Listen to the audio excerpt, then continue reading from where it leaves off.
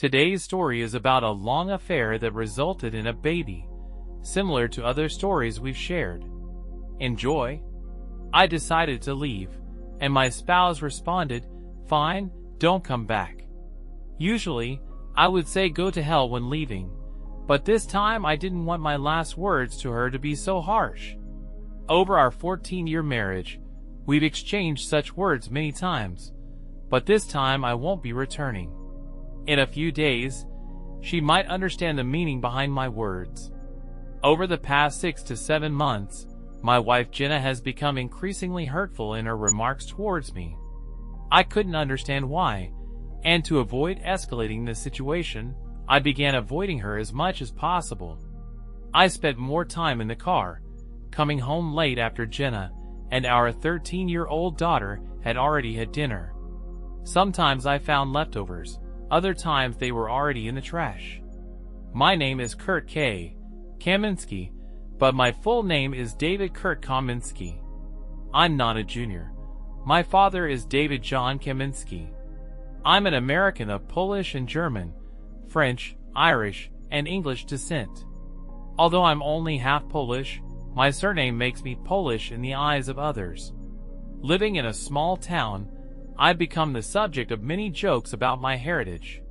Recently, I discovered that my wife, who will soon become my ex-wife, is not the person I thought she was. Her cruel words and actions led me to distance myself from her. One Monday evening, I decided to have a snack at a local restaurant and overheard a conversation in the next booth. It turned out that my wife and my best friend, George Carey, were deceiving me. They talked about how they spent time together while I was busy in the park, unaware of anything. I left the restaurant, trying to get away so they wouldn't notice me. It was unbelievable Jenna was with George, who had even served as the chauffeur at our wedding. He's my mechanic, who will still be servicing my cars for some time, although he's not my mechanic, but an independent contractor whom I hire for repairs and maintenance. I wanted to hire him, but he said he wouldn't respect himself if he had a Polish boss. He said it jokingly, but I knew he was serious. Regardless, I hired him as my independent mechanic contractor. Although he was not very independent, I was his only source of income. I returned home, and Jenna was as out of sorts as ever. I didn't want to talk to her until I found out the truth. After she went to sleep, I checked her email and found nothing suspicious. However, her phone was secured with a password, which turned out to be our daughter's birth date. I noticed a few messages that could have been misinterpreted, but none from George. The following day at the car dealership, George arrived and made jokes about the Polish. I usually chuckled and let it pass, but today I confronted him. I asked him what he truly knew about Poland and wagered that he couldn't locate it on a map. He looked unsure of what to say, knowing I was correct. George was never one for academic pursuits. He possessed street smarts and mechanical knowledge, but had never been a scholar. I suppose that's why he gravitated towards me in high school. I helped him with his studies, so he could at least graduate. Now, I find myself reconsidering my choice of companions, making me contemplate my choice of spouse.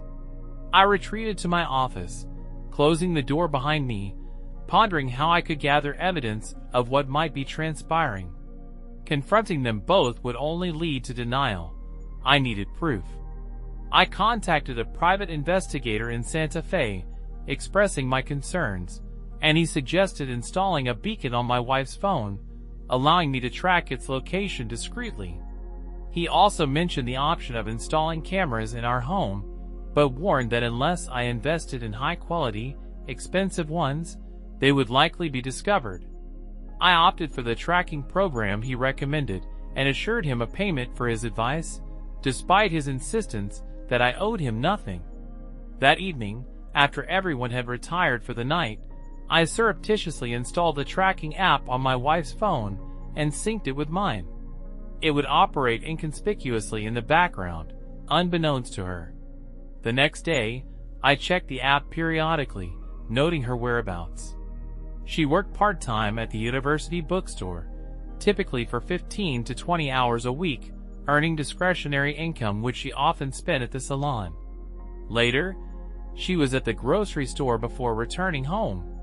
George, on the other hand, was home for most of the day but coincidentally absent whenever Jenna was present. Determined to mend relations with my wife and daughter, I suggested dining out together. Although my wife seemed somewhat apprehensive, my daughter Carrie displayed typical teenage reluctance. Despite her hesitance, I insisted, and she reluctantly accompanied us. Dinner was pleasant, though I made a point to mention George in conversation. Jenna's discomfort was evident as she quickly changed the subject, further fueling my suspicions. As we settled into bed, I thanked Jenna for joining us for dinner. She responded with gratitude, hinting at intimacy with her gaze. Mixed emotions swirled within me, and I resolved to await concrete evidence before reciprocating her advances. Eventually, we engaged in intimacy, but it was rather mundane. For the remainder of the week, I monitored the location of her phone, finding nothing unusual. On Saturday evening, after she had fallen asleep, I checked her phone for any messages or calls, once again finding nothing. I began to convince myself that George was merely boasting, fabricating tales to impress someone with his intimate escapades. However, as I lay in bed, my subconscious refused to let me rest. It was 2 o'clock in the morning, and I rose from bed, made my way downstairs for a drink, and decided to check her phone once more. Entering the password, our daughter's date of birth, I unlocked the phone and navigated to the homepage. Suddenly, it struck me like an electric shock. Our daughter's birth date was the key. The pregnancy had been arduous, with moments when we feared we might lose her due to her RH factor not aligning with my wife's. In the final 3 weeks of pregnancy, my wife was confined to bed rest to ensure she could carry the baby to term. Exactly 9 months after our wedding, Carrie was born. We were overjoyed that she was healthy, but she proved to be a challenging child, with constant crying, difficulty sleeping, and reluctance to nurse. In the second year of Carrie's life, my wife adamantly declared that we wouldn't be having another child. The arrival of our first child had drained much of the joy from our lives. Considering that Carrie was born precisely 9 months after our wedding, she fell into the category often referred to as wedding night babies. A realization dawned on me: if George's claims were true, there was a strong likelihood that Jenna was already pregnant before our wedding night. Jenna had been on birth control pills, and we hadn't waited until marriage to engage in intimacy. In fact, it had been a significant part of our relationship. When questioned about Jenna's pregnancy, the doctor suggested that the stress of the wedding may have rendered the pills ineffective.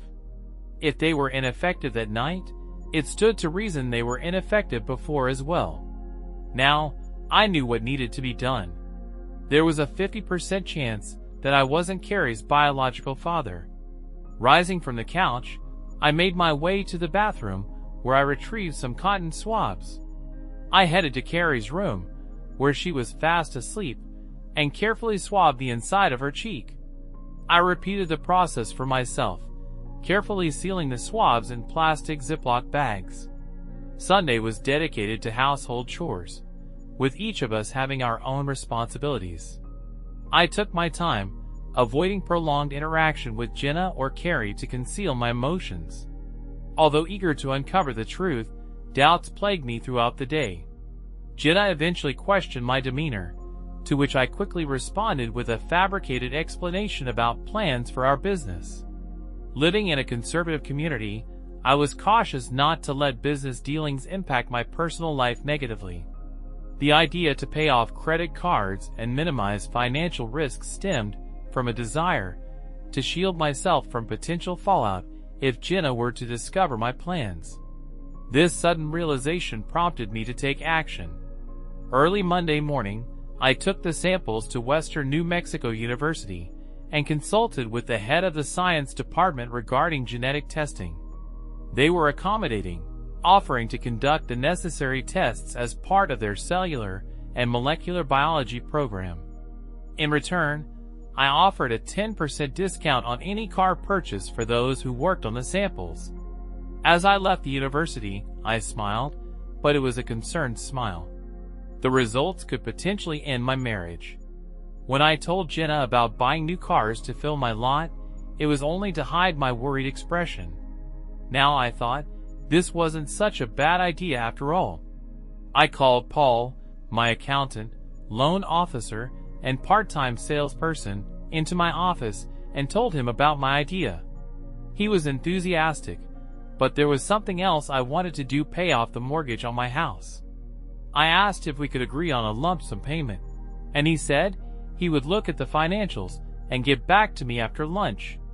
As I waited for the DNA test results, I thought about calling my lawyer and asking for a referral to a family lawyer. However, I decided to wait and see what the results were first. After all, I had yet to find any evidence of my wife's infidelity. Late on Wednesday evening, the head of the department called me with the results. He confirmed that the two samples collected were not related to each other. Although I had expected it, I was devastated by the news. He gave me a minute to think it over and handed me a manila envelope with the results. When I looked up at him, my expression changed. "So what car were you thinking about?" he asked. I told him that I was looking for a sports car, specifically a Mazda Miata. He said he didn't have such a car, but would try to find one at the auction the next day. As I left the university, I told Anna that I would leave early, but would only be a phone call away if she needed me. I knew she wouldn't call; she could handle almost anything that needed to be done. I drove around the city, watching as everything looked different. I called my lawyer, who referred me to another lawyer. After making an appointment for late the following evening, I had a snack at a restaurant and thought about my life. Had I really wasted the last 15 years? I still considered Carrie my child to some extent, but biologically, she was not mine. I knew I couldn't act like I didn't know anything. George would pay, and so would Jenna. I wondered if she knew that Carrie wasn't mine, or if she had hidden this secret from me. The secret of her intimacy with my best man on our wedding day, and their continued affair, left me feeling angry and betrayed. Before I lost control, I needed to be alone, away from everyone.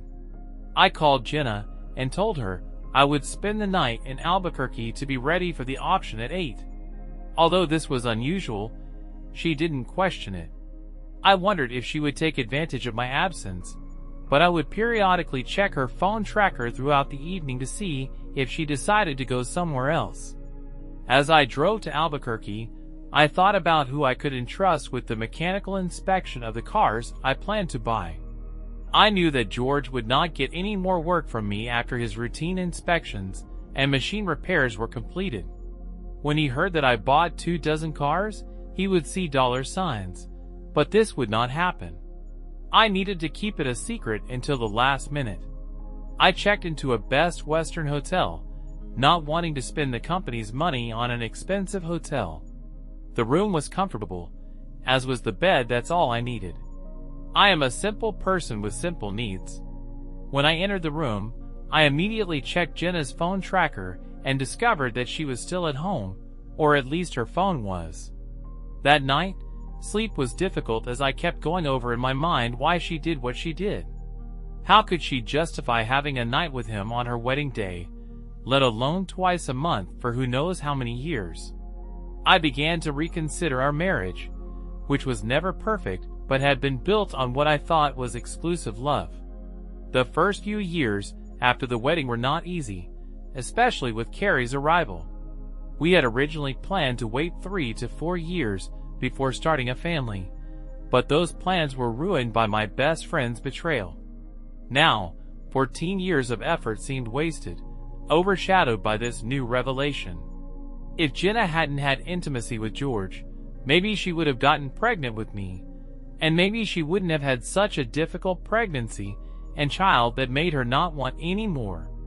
George had ruined my life, and he must pay for what he had done.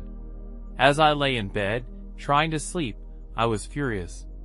I needed to calm down, so I turned on the TV to a mindless comedy show. Laughter helped me calm down, and by 11 p.m., I was ready to fall asleep, looking forward to a long day at the auction. The auction went well, and I got some great cars at great prices. I also got to know some dealers in the Albuquerque area.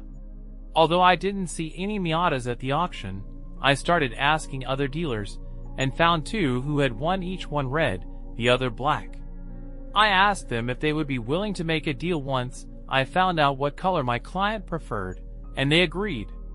In the afternoon, when I met with a lawyer, the news was not very good. I would lose half of all my property, and would have to pay alimony and child support for a child that wasn't even mine. I decided that I would not get a divorce, but would leave Jenna with George's baby. I would pay off the mortgage on the house, and she could stay in it, but my name was the only one on the mortgage, so she couldn't sell it. If I moved out but continued to pay taxes and utilities, she wouldn't be able to resign and take the house. However, I had to decide what to do with my business, which was registered as a corporation. I needed to talk to my business lawyer about protecting it from potential loss. When I returned home, I was exhausted from the long day. Jenna asked if I wanted to have dinner, but I said no, I had had a late lunch. At least she thought to ask. The shower was wonderful, and it felt like my problems almost melted away. I had problems, but I was on my way to solving them. I fell asleep a few minutes after my head hit the pillow. I had been stressed for the past week, but now that I had started making a plan of action, my mind could rest. Waking up early and feeling refreshed, I headed to the office before Jenna and Carrie even woke up. I had things to do, and even more plans to make. When my staff started arriving, they found me knee-deep in spreadsheets, financial reports, and sales forecasts. I told Paul that I had purchased 23 cars, and that within a week, we would close the deal on the car at the dealer in Albuquerque. I told Anna not to assign any more work to George, but to keep it a secret. She looked at me with a puzzled expression, but I assured her that she was irreplaceable. At 9 a.m., I called my business lawyer and asked him what I should do to protect my business. He suggested selling it beforehand to keep it out of Jenna's hands, but I told him that my business was my life, and I couldn't get rid of it. I needed to think and study the situation before making a decision. This news was devastating. I had worked hard to build my business into what it is today. However, part of being a good businessperson is the ability to compartmentalize and multitask. I needed to put my personal problems aside and get back to business. First on my list was to call Doug, the department chair who determined that what George said was true. Doug told me about two Miatas that might interest me, one red, the other black. He asked which color I was interested in, and said he would bring it here so I could look at it and discuss the numbers. Even if we couldn't agree on a price, he was sure he could sell it without too much trouble. I asked him which one he would suggest, and he said each had its pros and cons. Fire red was a great statement color, but it faded faster. Black looked elegant, but got hot quickly in our climate. I told him that the car would be kept in a garage when not in use, so fading wouldn't be a problem. He suggested the red one. I hung up and called the dealer who had the red one to arrange a trade. He became interested in the BMW on my property, which had been there for 3 months.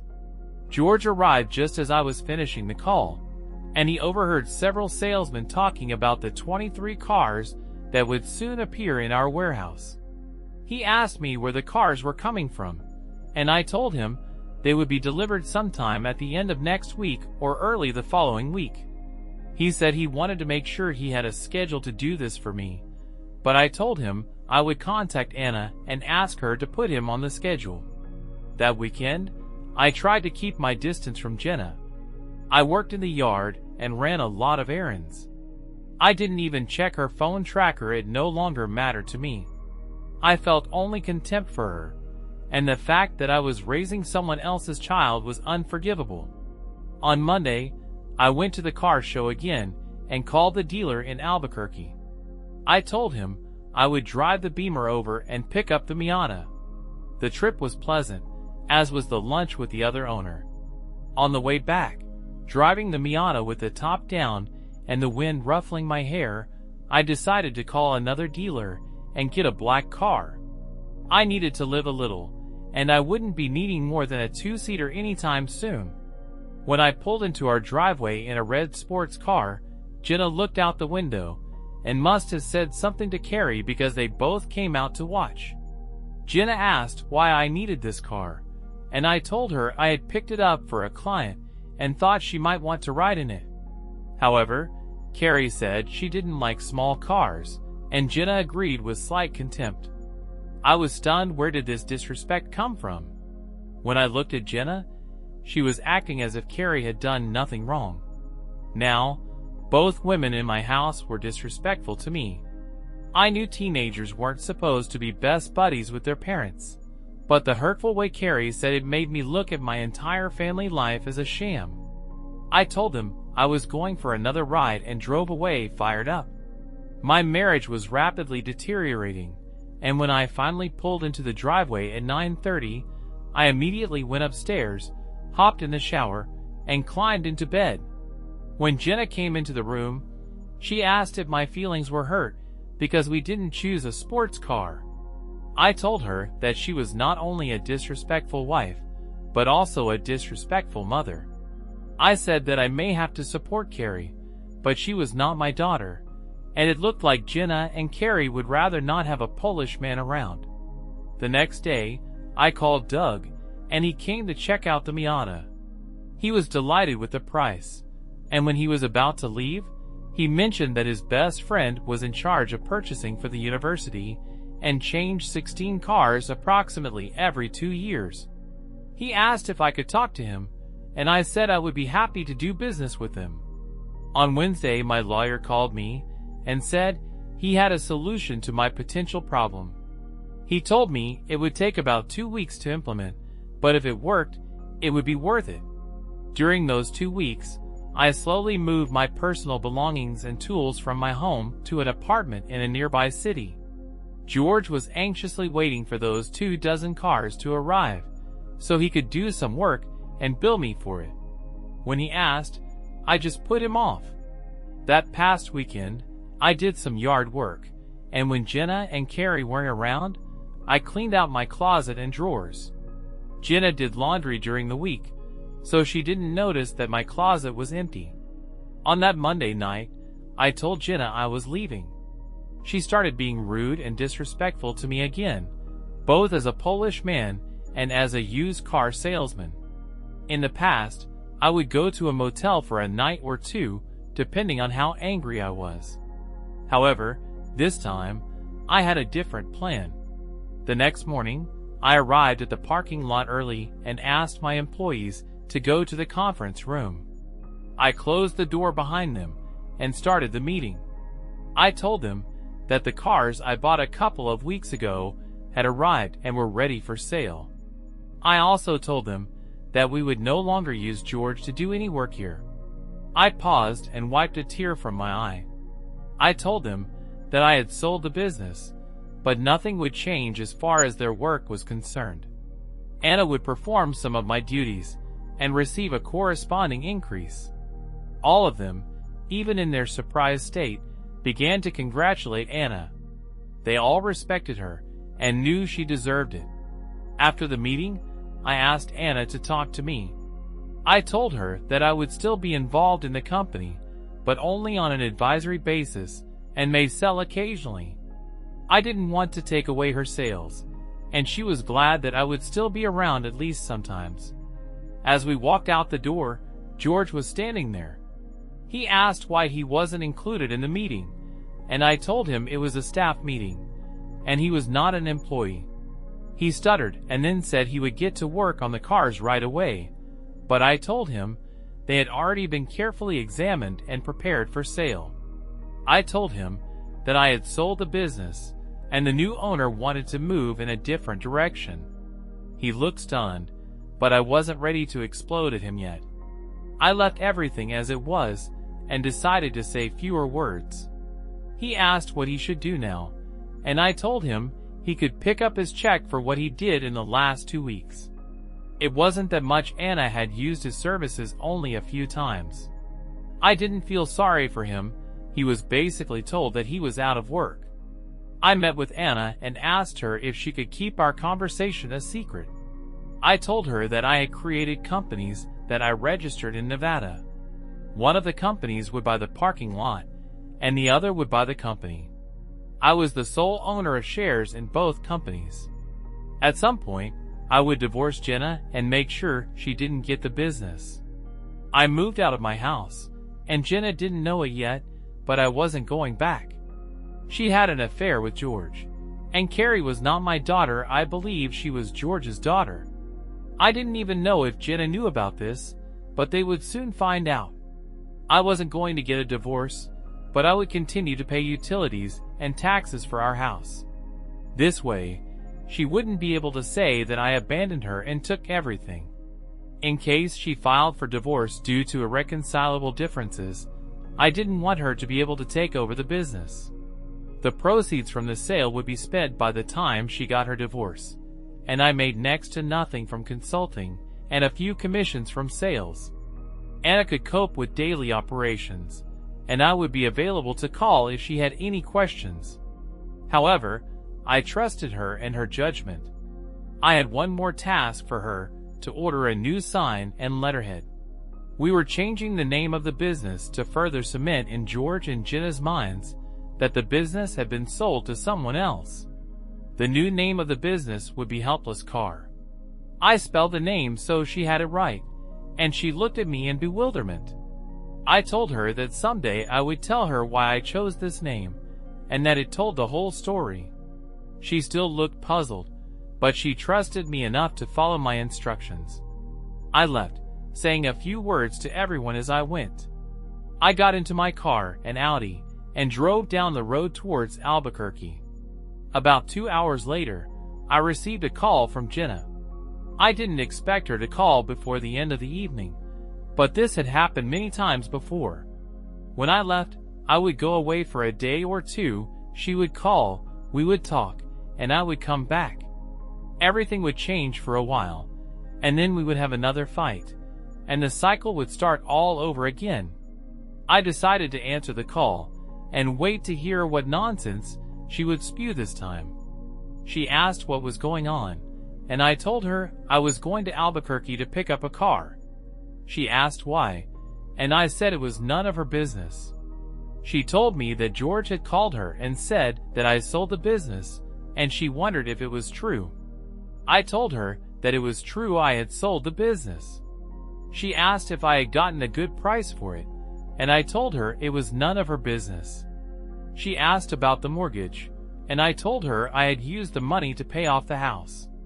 She asked about food, gas, and insurance, and I told her she would have to figure it out. She asked when I would come back home, and I told her I wouldn't come back. She said we needed to talk, but I hung up the phone and turned it off. I knew she would be trying to call me back, but I didn't care. I wanted her to think about what she had done. After calming down from the phone call, I tried to enjoy the leisurely drive to Albuquerque. I knew that the next call she would make would be to George to get more information and to let him know what I had said. When I got to my destination, I turned my phone back on and saw that I had 5 messages, 3 from Jenna, 1 from George, and 1 from Anna. I immediately called Anna and asked her how everything was going. She told me that Jenna and George had called to find out where I was, and she had told them that I didn't own the place anymore and didn't come there anymore. I told her to tell them to stop calling, or she would call the police about phone harassment. I thanked Anna for her support and told her that I knew I could always count on her. She told me that I may feel like I don't have any family or friends anymore, but she was there for me, and I was her family. I hung up the phone and wondered if I should call Jenna or George, but I decided to let them stew in their own anger. I went to the parking lot office, where the owner was waiting for me. He had an Audi that I was interested in, and we discussed the trade-in value of my current car. After some negotiation, we agreed on a price, and I drove away in my new Audi. Over the next 2 weeks, I traveled through northern New Mexico, Arizona, southern Utah, and Colorado. I wanted to be nearby in case Anna needed me to come back, but I also wanted to clear my head and think about my next steps. I called Anna several times to check in, and she assured me that everything was under control. During this time, Jenna and George kept calling me, leaving messages that ranged from angry to apologetic to downright nasty. I listened to them, but didn't care. When they called to tell me that the credit card had been canceled, I just laughed. When George called to tell me that I was a terrible person for leaving Jenna and Carrie, I laughed even harder. My lawyer called me and told me that Jenna had threatened to file a stay-at-home order if I didn't contact her and come back. I told him not to worry. I had a recording of our conversation where I told her I was leaving, and she told me not to come back. He said he would take care of it and let me know if there were any developments. After about 3 months and 8,000 miles on the road, I decided to return to Silver City. When I arrived at the parking lot, Anna and the rest of the team welcomed me back with open arms. We had a team meeting, and I told them that I was grateful for their hard work and dedication during my absence. I also told them that I had decided to sell the business and move on to new ventures. They were surprised but understanding, and we all agreed to stay in touch and help each other out whenever possible. I left the meeting feeling grateful for the support of my team and ready to start the next chapter of my life. Over the next few weeks, I tied up loose ends and prepared to sell the business. I met with my lawyer to discuss the details of the sale and make sure everything was in order. I also met with Anna to go over the transition plan and make sure she was comfortable with her new role as manager. As the day of the sale approached, I found myself feeling a mix of emotions. On the one hand, I was excited to start a new chapter of my life and leave behind the pain and betrayal of the past. On the other hand, I was sad to say goodbye to the business that I had worked so hard to build and the team that had become like family to me. The day of the sale finally arrived, and I signed the papers, officially transferring ownership of the business to the new owner. It was a bittersweet moment, but I knew it was the right decision for me. I said my goodbyes to Anna and the rest of the team, promising to stay in touch and visit whenever I was in town. As I drove away from the parking lot for the last time, I felt a sense of relief and freedom. I knew that I had made the right decision, and I was ready to start the next chapter of my life, whatever that may be. I had learned a lot from my experiences with Jenna and George, and I was determined to use those lessons to build a better future for myself. In the end, I realized that sometimes the best way to deal with a cheating spouse is to walk away and start over. It's not an easy decision, but it's often the only way to find peace and happiness. If you're in a similar situation, I hope my story has given you some hope and inspiration. Remember, you deserve to be happy and fulfilled, and sometimes that means walking away from a toxic relationship and starting over. Thank you for reading my story, and I hope you'll join us again for more cheating stories. If you're under 18, please don't listen to the next story. It's not appropriate for young audiences. Until next time, take care and be good to yourself.